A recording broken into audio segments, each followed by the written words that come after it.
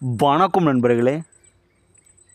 ஆணும் பெண்ணும் எத்தனை வருஷம் பிரிஞ்சிருந்தாலும் சரி, அவங்கள எப்படி ஒன்று சேர்த்துறது? கணவன் மனைவி, காதலன் காதலி எத்தனை வருஷம் பிரிஞ்சிருந்தாலும் சரி, 10 வருஷம் 15 வருஷம் எத்தனை வருஷம் பிரிஞ்சிருந்தாலும் அவங்கள எப்படி ஒன்று சேர்த்துறது? இதற்குண்டான முறையை சொல்கிறேன். இது பெரிய பெரிய மரத்தில் பார்த்தீங்கன்னா தும்பி ஓட்டை போட்டுன்னு இருக்கும், சரிங்களா?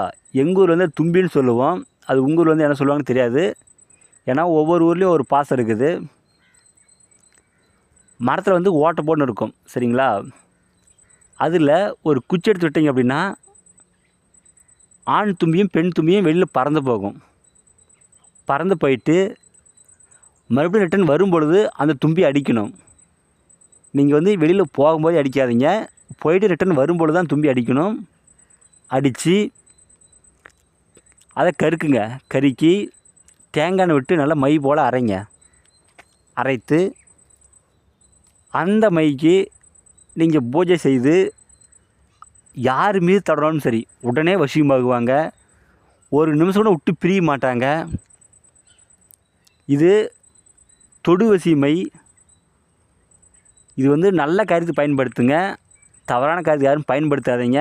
பயன்படுத்தினா உங்களுக்கும் அது பாதிப்பு ஏற்படுத்தும். மாந்திரீகத்தில் உங்களுக்கு எந்த டவுட் இருந்தாலும் சரி எனக்கு ஃபோன் பண்ணி கேளுங்க, கண்டிப்பாக சொல்கிறேன். இந்த வீடியோ பிடிச்சிருந்தா எல்லாத்துக்கும் ஷேர் பண்ணுங்கள், சப்ஸ்கிரைப் பண்ணுங்கள்.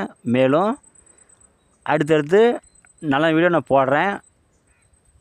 அதை தும்பி அடிக்கும் பொழுது நீங்கள் போயிட்டு ரிட்டன் வரும்பொழுது அடிங்க.